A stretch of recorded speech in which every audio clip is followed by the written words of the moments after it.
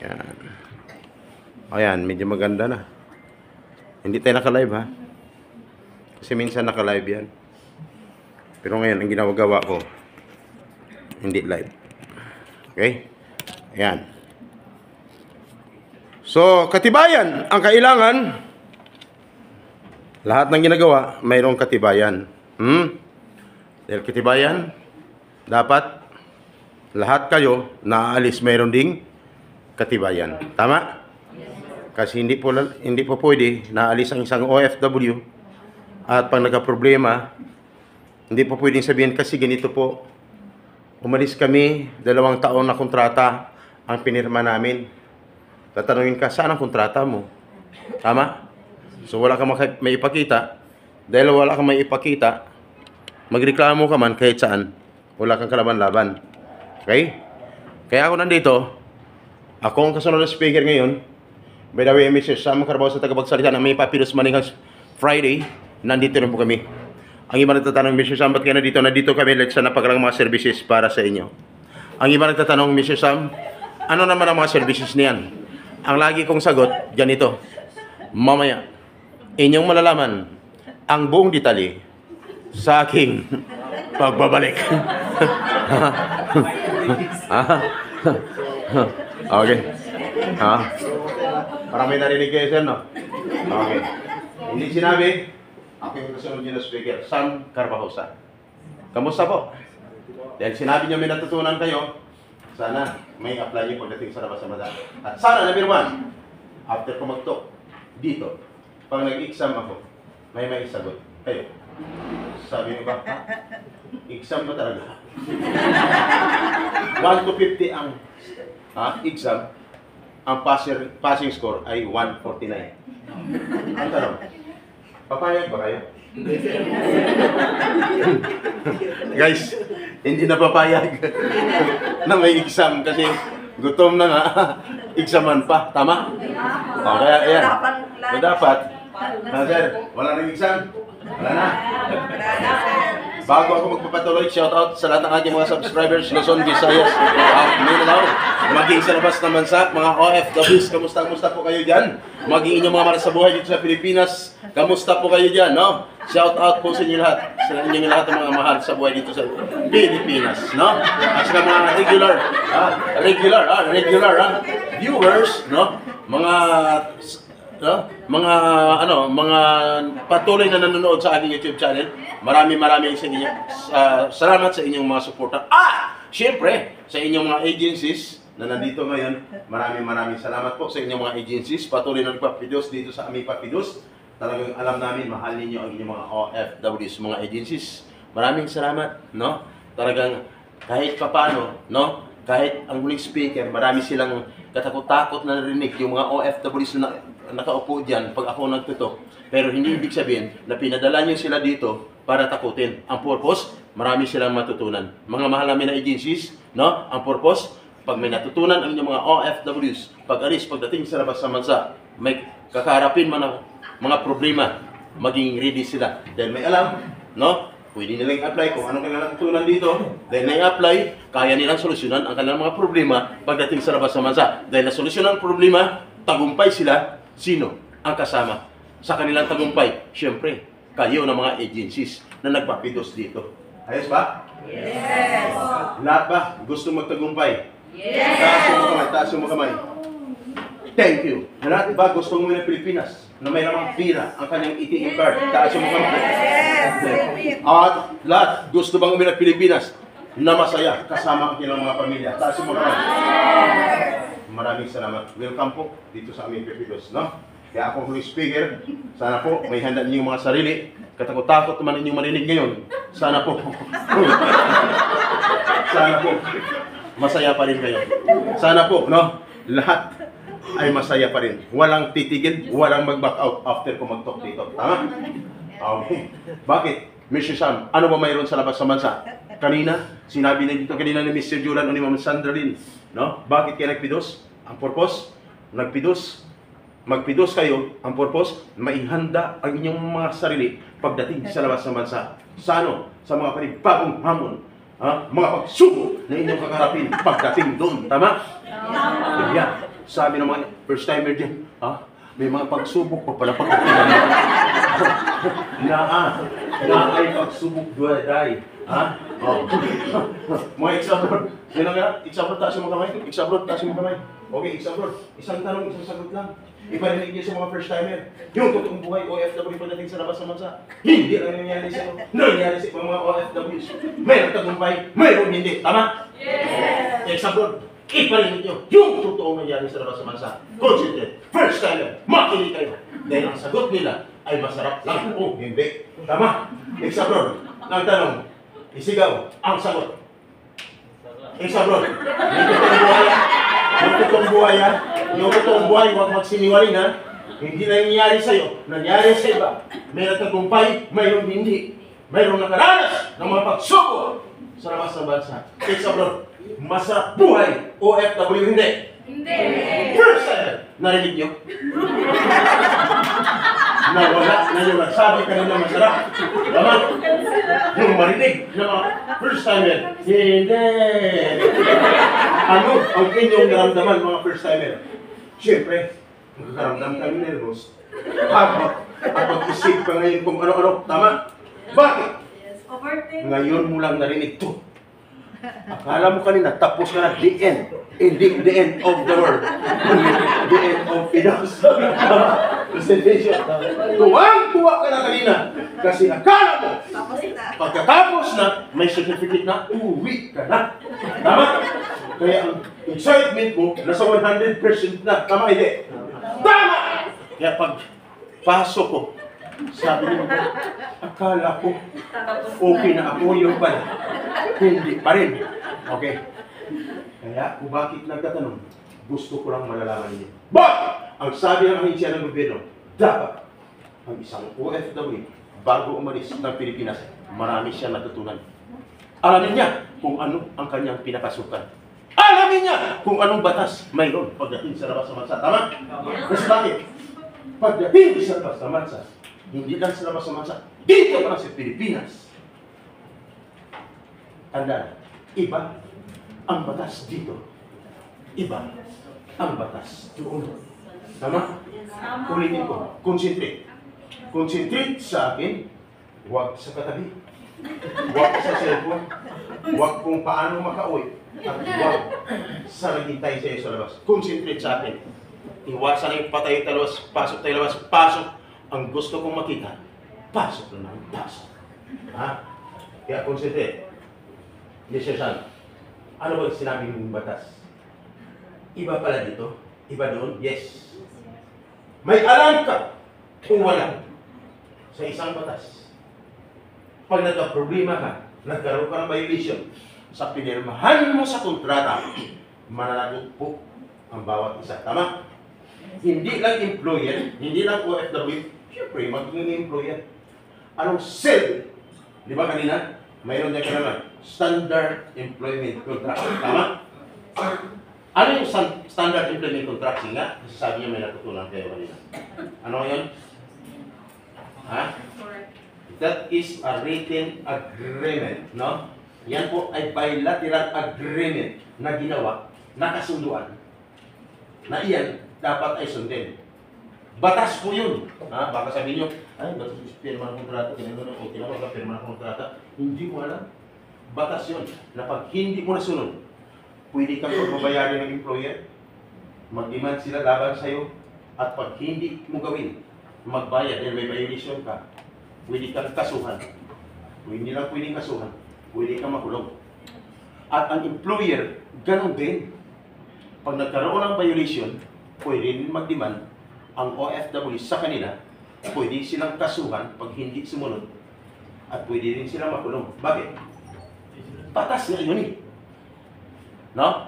Eh kung ako nagpaliwanag kanina, siyempre, marami ka pang malalaman doon. Kasi batas po yun. Kaya mananagot ang bawat isa. Tandaan ha, yung bilateral agreement or standard employment contract, batas na dapat sundin.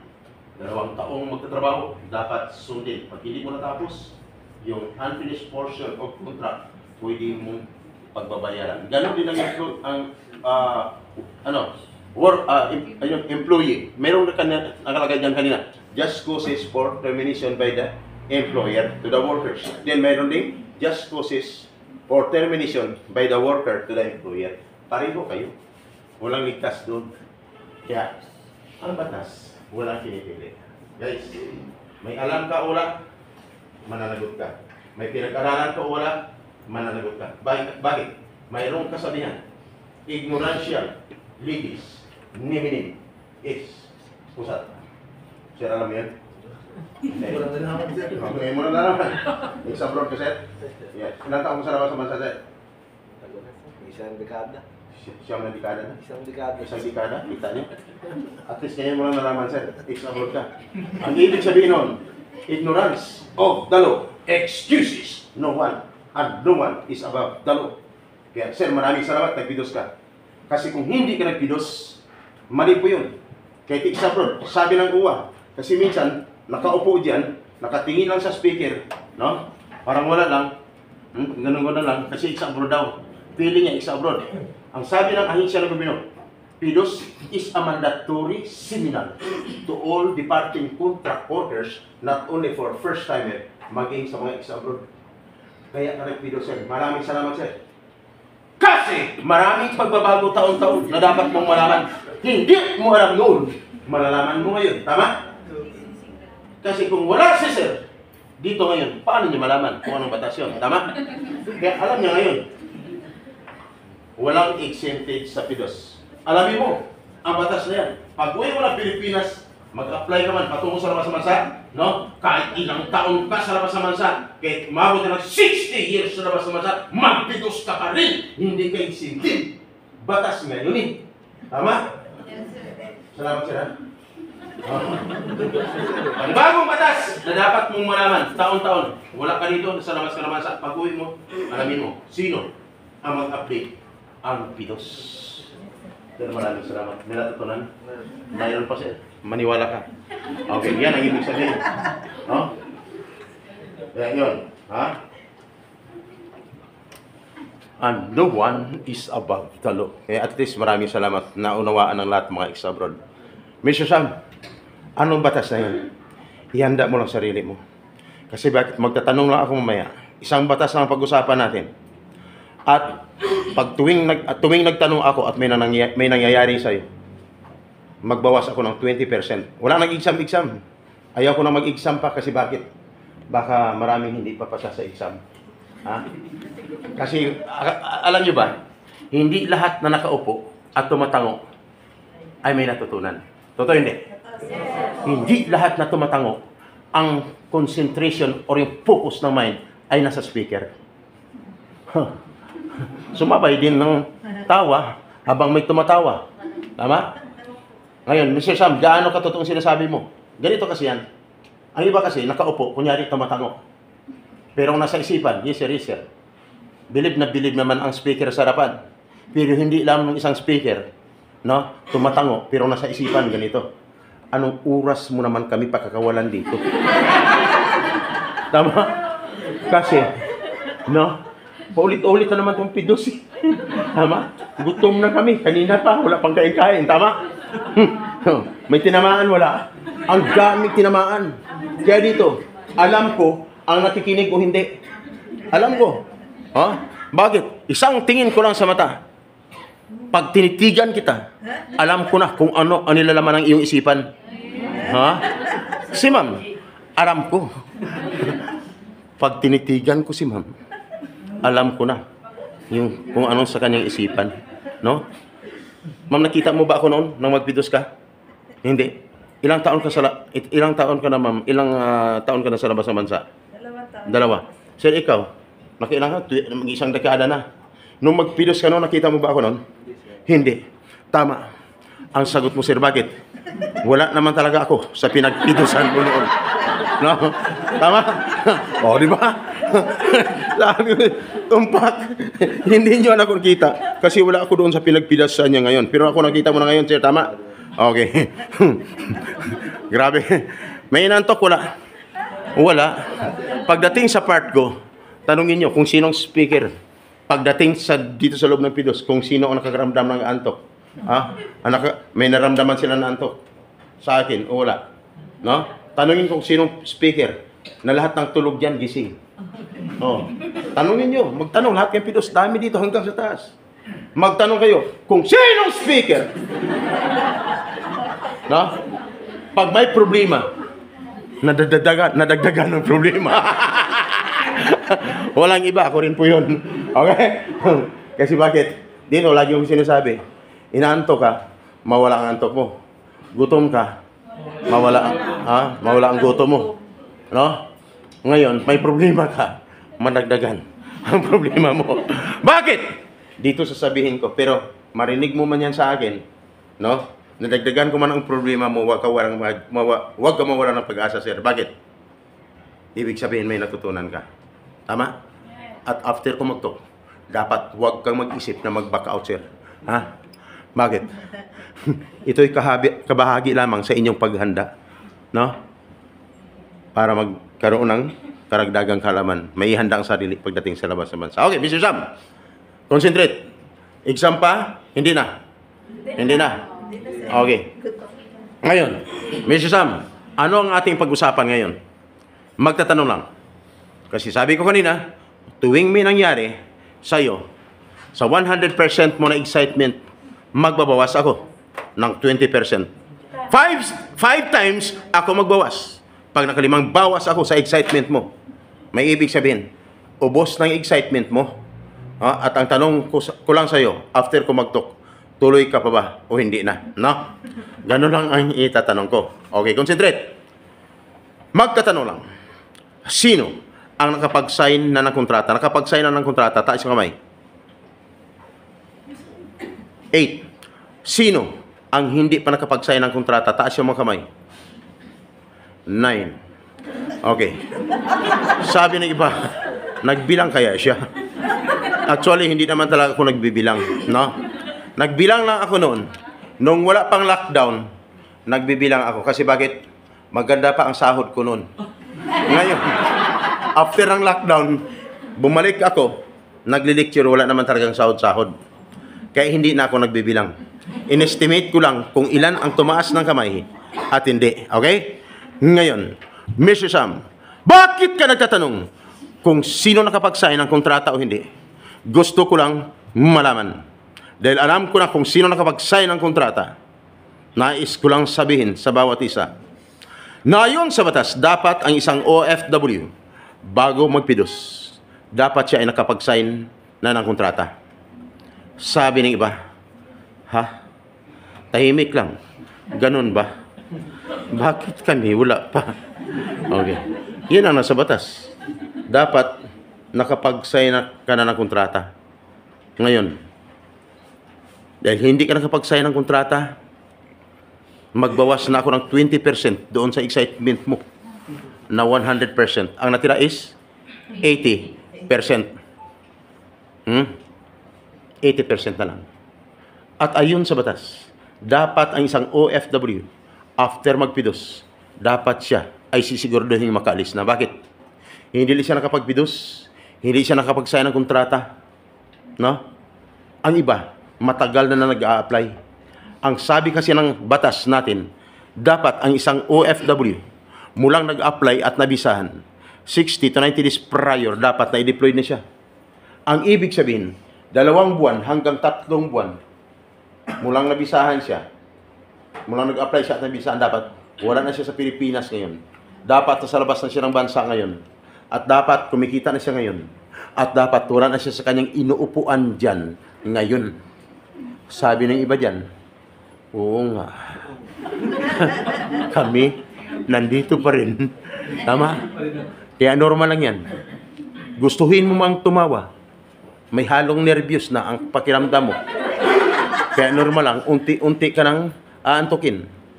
Unti-unti nang hatakin ng antok ang iyong mga mata. Tama? Kaya dapat, 2 buwan mulang nag-apply ka at nabisan, dapat 60 to 90 days prior, dapat na i-deployed ka na.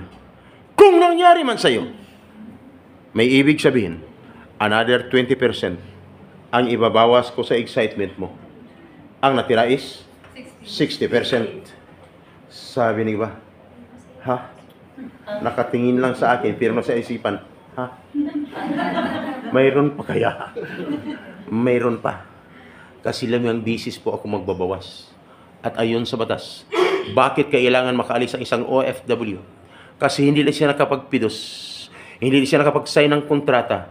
Ang iba nakapagbayad na ng placement fee, tama? Ang tanong, pag nagbayad ka ng placement fee, ang salary mo is 20,000, magkano dapat ang maging placement fee? Dapat equivalent of 1 month salary. Ang iba, tahimik lang.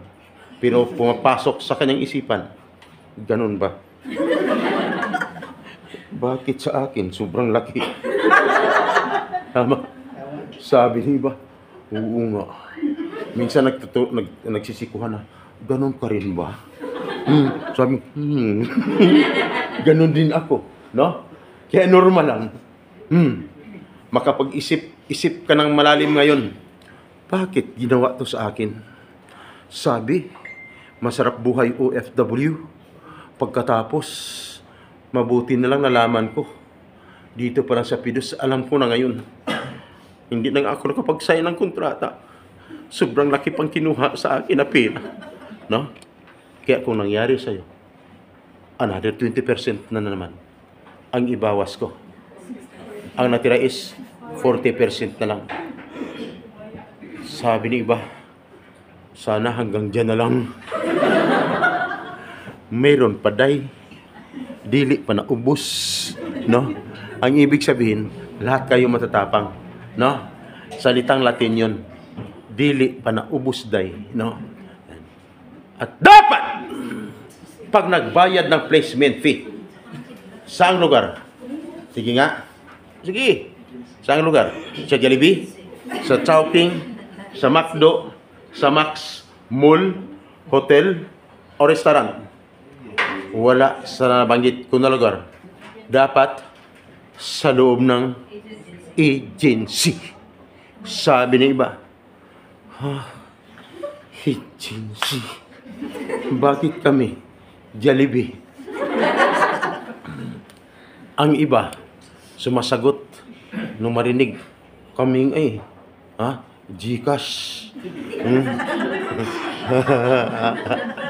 Wala sa nabanggit ko na lugar dapat sa loob ng agency. At number 1, dapat huwag sa Gcash.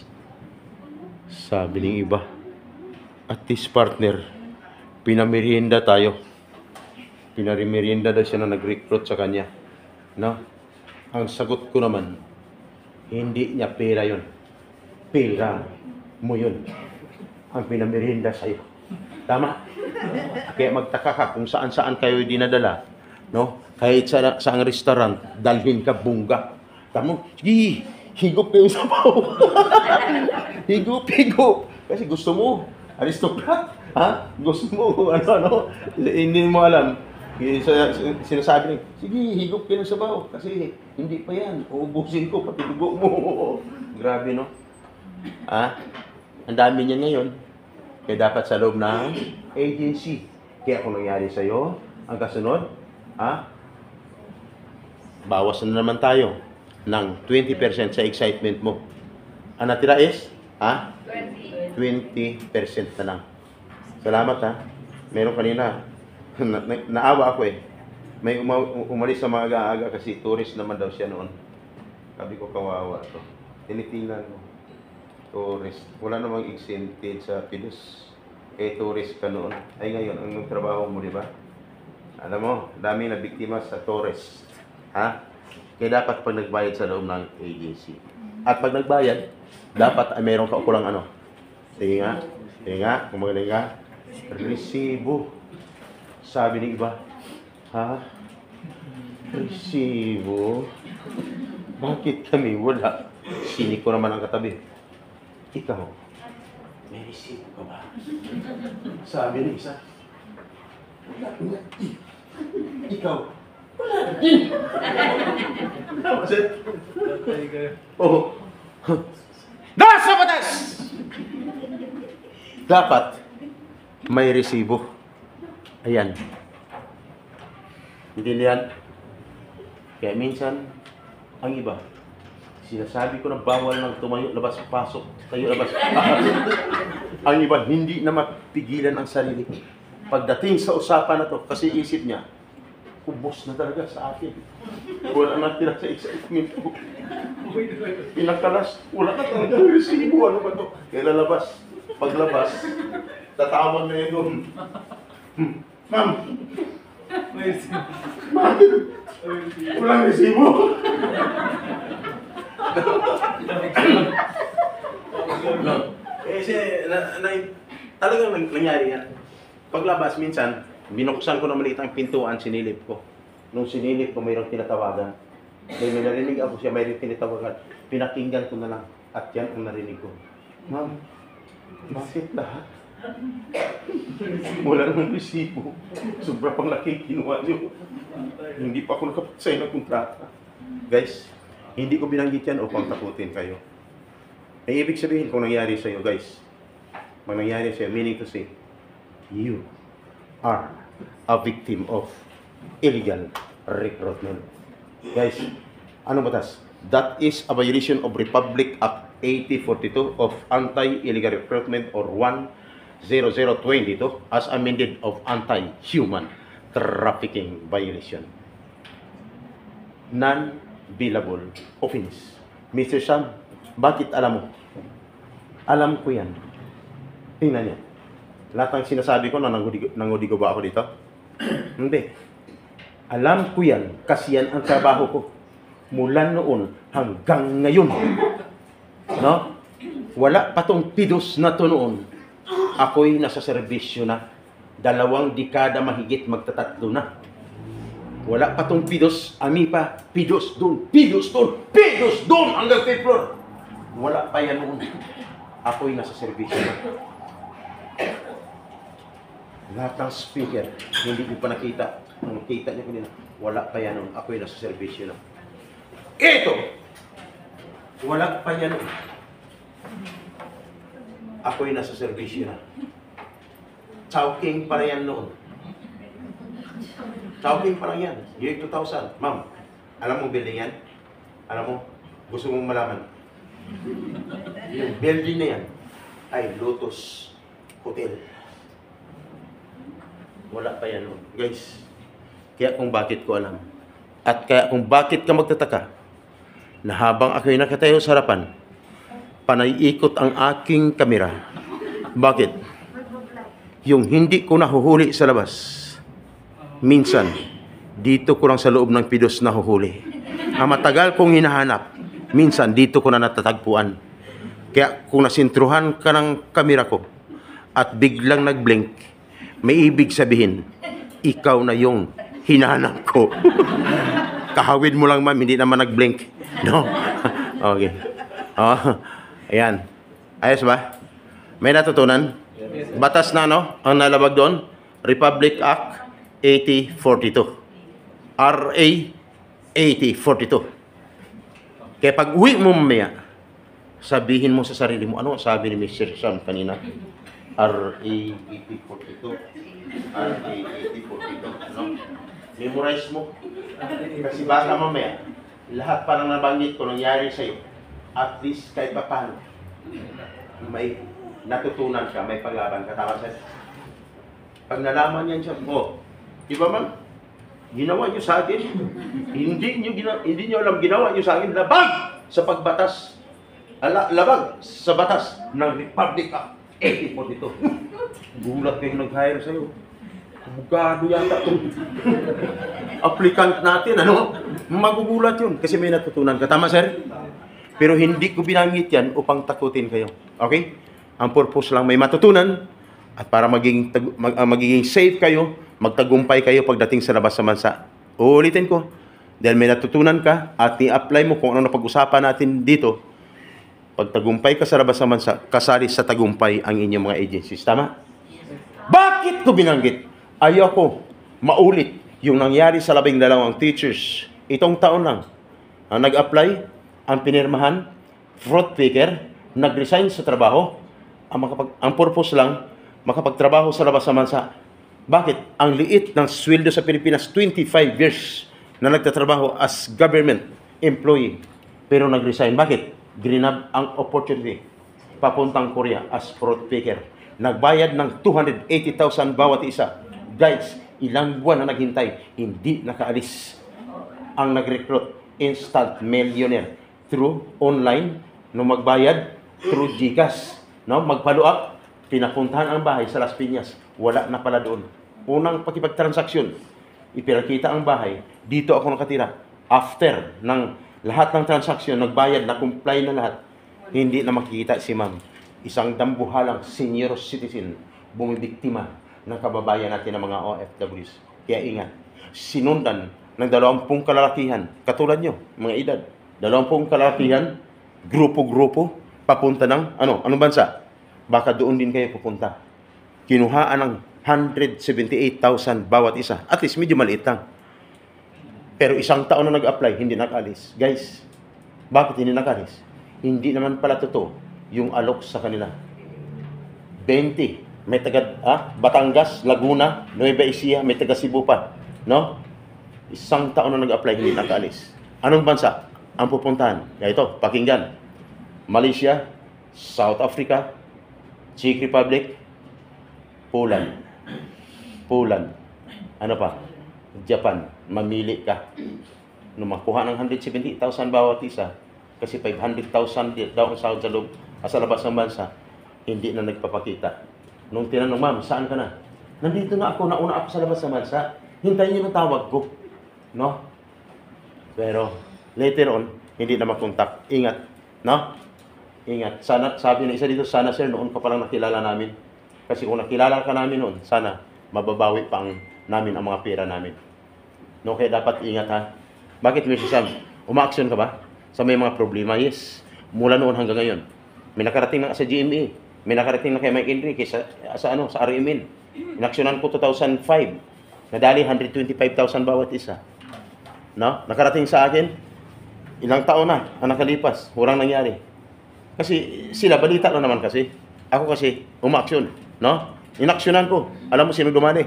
Ha? Girlfriend pa ng isang Philippine Navy. No? Nung sinabi ng NBI, sir, kaya mo? Kaya ko. Kaya natin. Mahuli. Kumagat sa entrapment. Nagpakilala ako. No? Hindi ganito. No? Naka-short. No? Ragid na ragid. Ang dala ko. Ano lang? Yung bayadita. Sabi ko magbayad ako. Kahit 100, basta importante. Matulungan ako. Wala akong passport. Nakipag-meet sa akin sa Libertad. No? Diyan yan. Saan ka na? Ma'am, malapit na. Hindi nila alam na nandun ako sa loob ng 7-Eleven. Diyan nila. Huwag natin 7-Eleven. Sa Jollibee na lang. Opo, ma'am. Kahit saan, basta importante. Matulungan na kita. Matulungan mo ako. Diyan nila. Huwag na 7-Eleven. Huwag na sa Jollibee. Sa McDo na lang. Di ba? Ang kasama ko, 7. Anong gagawin namin? Sabi, sir, pag gumano na ako, pag kumamot ako sa ulo ko, at binigay ko na, ibig sabihin, positive. Hindi nangyari. Kulong. Dito. Ganon din. Dito sa may choking dati. Diyan yap. Anong height mo? 5'8 po. Ilang taon na? 27 po. Ang katawan mo, maliit, malaki. Payatot po ako, ma'am. No? Sige dyan ilang minuto bago mo. 5 minutes, ma'am. Nandiyan na ako. Saan ka banda, ma'am? Sa may tapat ng entrance. No? Hindi niya alam. Sa loob ako ng choking. Nakatayo, nagaganon. Hindi ko naman kilala. Nang pinindot ko ang cellphone. Hello, Jania? Yes, ma'am. Malapit na po ako. Sige, hintayin kita, ha? Maya, nandyan na si Johnny Yap sa likod. Ay, ma'am. Ako si Johnny Yap. Tapos, lifetime imprisonment. Kaya kung may narinig kayo noon, year 2000, sa pagbabalita sa radio, pag marinig mo sa extra, ang extra, ang problema, Luzon, Visayas at Mindanao, problema mga OFWs, hindi lang OFWs, human trafficking, problema dito sa Pilipinas, pati hiwalay yung mag-asawa o maaksyon. Guys, pag marinig nyo sa extra, pag sinabi, mula sa Luzon ng Makati, ito si Bapatrol 141 ang nurat, simpilan na may tudong nakas 50,000 watts, DWIG! Ako po yan. Sa isang radio, pag sinabi mula sa Luzon ng Manila, ito ang RSU, Sami Carbasa, ang naglilingkod sa pagbabalita. Sir, ako rin po yun. Sa isang dyaryo, ako si Kagapay natin. Sa isang dyaryo, ako si Latigo ng Bayan. Kaya ako nandito. Tumigil ako doon lumaylo ako sa mga radio at sa mga newspaper, ipinagpatuloy ko ang aking YouTube channel na Kaagapay ECTV. Kaagapay ECTV. Kaya marinig niyo sa pagbabalita, pag may mga balita style, pag sinabi, mula sa Luzon ng Cavite, ito ang inyong Kaagapay, si Kaagapay natin sa Kaagapay ECTV, ang Kaagapay ECTV. Patuloy na naglilingkod na mamasid, maparaman, at sa kailaliman ng gabi. Ako yun. Ako yun, sir. Mahinig ba kayo manood ng YouTube channel? I-search nyo ang Kaagapay ECTV. Lahat may cellphone? Yes, sir.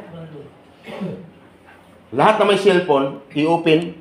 Kung may data, i-search nyo sa YouTube ang Kaagapay space ECTV. Panoorin nyo. Dapat naka-live tayo ngayon. Wala lang akong data. Kaya nagbi-video na lang. No? Araw-araw nagla-live ako dito. Kaagapay? Oh, paki-search lahat ng cellphone. Ma'am? Sige ma'am, konting bilis lang. Kaagapay, space, sige taas, makita nyo nakasalamin, kulay itim. Nakasombrero, kulay itim. No? Nakita no? Nakita? Oh, itaas ang mga phone. Kung nakita nyo, bakit? Kung bakit ko pinapa-open yan, para makita nyo at malaman nyo kung totoo ang sinasabi ko, hindi, tama? Bakit? Maraming nagsasalita, daldal ang daldal. Hindi naman totoo ang mga sinasabi. Tama? Ulitin, i-review yun, lahat ng mga videos dyan. Yun nabanggit ko ngayon, i-review nyo, no? Yung mga lumang videos, hindi lang puro pidos-pidos. Nandyan lahat makikita ninyo. Oh? Bukas, kayo, no? Makikita nyo na rin ang inyong mga sarili sa social media. Okay? Search. Pakitaas ang phone kung mayroon. Taas, taas. Taas. Lahat na may cellphone. Taas, taas. Nakita nyo na? Kaagapay, space, ECTV. Nakita nyo? Dahil nakita nyo na, wala kayong ibang gagawin. Kung hindi, i-subscribe nyo. Bakit? Ang purpose, para laging updated kayo sa lahat ng magaganapan sa loob at labas ng ating bansa. Bakit ko pinapasubscribe? Para yung napag-usapan natin ngayon dito, may tendency, makakalimutan mo yan pag-uwi. Tama? Yes. Hindi man kayo nagkukopya, hindi man kayo nanonood dito, nandyan pa rin dala-dala nyo. At mapapatunayan nyo, ang lumalabas dito, hindi fake news. Bakit? Kung fake news yan, iba, hindi kayo maniniwala. Doon nyo na mapapatunayan kung totoo ang atin na pag-usapan at hindi fake news ang lumalabas dito. Bakit? Pagdating mo sa labas ng bansa, maka-encounter ka man ng problem, huwag naman sana. Na yung problema mo niyan, akala mo, pagdating mo doon, sahod ka agad. Yung pala hindi. Nangyayari? Yes. Isang buwan, umaasa ang pamilya mo, akala mo sahuran ka na. Yung pala, hindi pa. Nakaranas ka ng gutom. Bakit? Kasi wala kang sahod-sahod. Ang obligasyon mo sa pamilya nakalimutan, napabayaan mo na. Bakit? Wala kang sahod. Pero dahil sabi ng kanina dito, ang obligasyon mo is regular communication, regular remittance to the family. Ay ang problema, hindi ka nga sumahod eh. Ang iba ginagawa ang lahat para lang makapagpadala sa pamilya. Nangutang para makapagpadala sa pamilya. Numangutang, yan, nakapagpadala kahit papano, no, nabawasan ang problema. Kaya lang, nabawasan na yan ang problema mo, iba pa rin ang naramdaman mo doon. Bakit? Dahil wala kang sahod-sahod, hirap, gutom ang sinapit mo. Tama? Bakit? Wala kang sahod eh. Hirap, gutom. Na yung gutom na yun, mas mahigit pa sa gutom na naramdaman mo ngayon dito sa loob ng pidos. Tama? Sabi na ba, oo nga, ako gutom na rin. Tama? O ngayon, may natutunan? Okay. Kaya dapat ingat. Ingat. Yung YouTube na yan, i-check mo lang. Sa likod. I-check nyo lang, ma'am, kung anong pizza ka nagpidos ngayon pag may problema. November 3. Pag chinek mo, sinerge mo, ang Kaagapay ECTV, i-click mo yung November 3 na pidos. Ang unang makita mo doon, walang iba kundi ang mukha mo. Kaya yan, ang pagpatunay na ang lalabas dito ay hindi fake news. Tama? Okay. Dahil ako'y patapos na, okay, ready na? Yes. Exam? Hindi na. Hindi na. Mr. Sam, ano ang dapat namin gawin pag may problema? Pag may problema, makinig ha, Makinig, sa naka-side view dyan sa likod, ma'am. Malamig na malamig. May jacket ko dito. Gusto mo? Oh, dito ka. Malapit sa akin. Pwede na. Okay. Guys, concentrate. Tapusin ko na. Anong gagawin? Kasi mayroong hindi nakapagsign ng kontrata, tama? Sa inyong pagbalik sa agency, huwag magalit. Pasalamat sa inyong agency. Bakit? Magpapasalamat kayo. Bakit? Pinagpidos kayo. Walang kontrata. Advance pidos lang ang ginawa sa inyo. Tama? Yes, Kasi maraming iba dyan, pabalik-balik, wala parang nangyayari, maghintay pa rin. Kaya ang ginawa advance pidos para hindi nababaon sa utang. Then after of pidos, no, maghintay kung kailan ang final briefing, doon na. Upon signing of contract, kasabay yung signing, bigay, upon final briefing, kasabay doon yung signing of contract. But be careful in signing of blank documents. Tama? Yes, sir. Sinabi ko yan. Kasi bakit? Dito kanina, hindi pa naubos lahat yun. No? Bakit ko alam? Ako kasi, accredited in facilitator ng UWA at accredited authorized signatory ng PIDO certificate. Mas una pa sa kanila lahat. No? Kaya dapat magiging aware. Baka mamaya, pinirmahan mo dito, pagdating doon, iba. Ha? Ingat ha? Isa na yan sa mga bagay na mangyari. Dapat, wag naman mangyari. Then, yan ang ginawa ng agency. May nangyari sa iyo, biktima ka sa labas, dapat alam ng agency. Okay? Alam ng agency, bakit maraming gumagamit ng pangalan ng agency, ang purpose lang, makakapangulimbat ng malaking halaga sa mga OFWs. Tandaan, huwag mangyari dapat. Huwag mangyari. Nangyari sa iba. No? I-inform ang inyong agency. Pag biktima kayo sa labas, i-inform ang inyong agency, pati yung staff na laging kausap mo, yung mabait na lagi nakipag-entertain sa iyo, i-inform, ma'am, ginamit ang pangalan nyo. Ginamit ang pangalan mo. Dapat mag-ingat ka. Kasi bakit? Pag nahuli ang suspect sa labas, lifetime imprisonment. Lifetime imprisonment ka rin, ma'am. Pwede pang magkaroon ng tinatawag na cancellation of license to operate ang isang recruitment agency. Kaya dapat ingat, no? Yan ang inyong gawin. May natutunan? Kaya lang, pagdating sa labas sa bansa, may problema man, dapat ang unahin yung inform ang inyong agency. Hindi kung sino-sino na alam mo sa Pilipinas. Akala mo magaling. Pero pag walang representative, wala ang pamilya mo, nagrereklamo ka at nasa labas ka ng bansa, walang action ang problema mo. Bakit? Ayaw mag-viral. Gusto, actionan pag may mag-viral ang problema. No? Yes. Narinig kayo gano'n? Yes. Dapat, agency, para hindi na madamay, pamilya mo, at pag hinawakan ang, alam nyo, sa abogado kasi, pag humingi ng tulong sa iba, ipapasa ka sa abogado. Alam nila, hindi mag-viral ang problema. Ipasa ka sa abogado. At sa abogado, ikaw na nagreklamo, akala mo manalo ka. Ay paano kung ikaw talo? Manalo o matalo, sa abogado magbabayad ka. Tama? Sa mga tips na ibinibigay ko sa inyo, libre ang serbisyo kasi ang agency naman nagpaalis sa inyo. Tama? Kaya ngayon, nahirapan kayo pumunta sa inyong agency. Mayroon kaming number na ibibigay sa inyo, yung 0948-0939-70-0965-480. Pwede kayong mag-text o tumawag doon sa number na yun. Ha? Kape? Oh, sino ang gustong, sino makausap niyo sa number na yun? Pag sinabi mo sa number na yun, hi Mr. Sam, ang sagot sa iyo, hello, di ba? Sino ang action ng problema? Walang iba, kung hindi ako. Ayos? Mr. Sam, may bayad ba ang serbisyo mo? Wala po, libre din po. Mula noon hanggang ngayon, libre ang serbisyo. Mapanood nyo yan sa videos ko, mga na-upload ko, may mga rape cases, magkapatid pa, biktima, no? Hindi na ayaw sa labas sa bansa pagdating ng Pilipinas na bayaran. Mga kalalakihan, mga lifeguard, galing sa labas sa bansa sa Saudi, nung umuwi ng Pilipinas, walang sahod-sahod, nabayaran. Pinasok kong agency sa Makati. Marami dyan, ha? Oh, mayroon dito sa Pilipinas, ang dami, iba't ibang problema. Mayroon dito na aksidente. Sino taga Bicol? Bicol. Taga Bicol, may na-aksidente sa Calbayog, Samar, no? Sumabit yung bayag sa truck na sinasakyan ng tumalon kasi nawala ng preno, confine sa ospital. 3 linggo pa lamang. 200,000 na ang billing. Guys, 50-50. Pumutok, inoperahan dito kasi bakit? Putlang-putla na. Grabe. Ang company sa Manila, dito sa Laguna, walang pakialam. Tinanong ko kung sino may-ari, ayaw sabihin. Sinabi ng mga kapatid, mga mahirap lang taga Bicol, sir, alam namin kung sino. Anong pangalan? Pinawaan ko ng write-ups. Pinasok ko sa social media, sa vlog.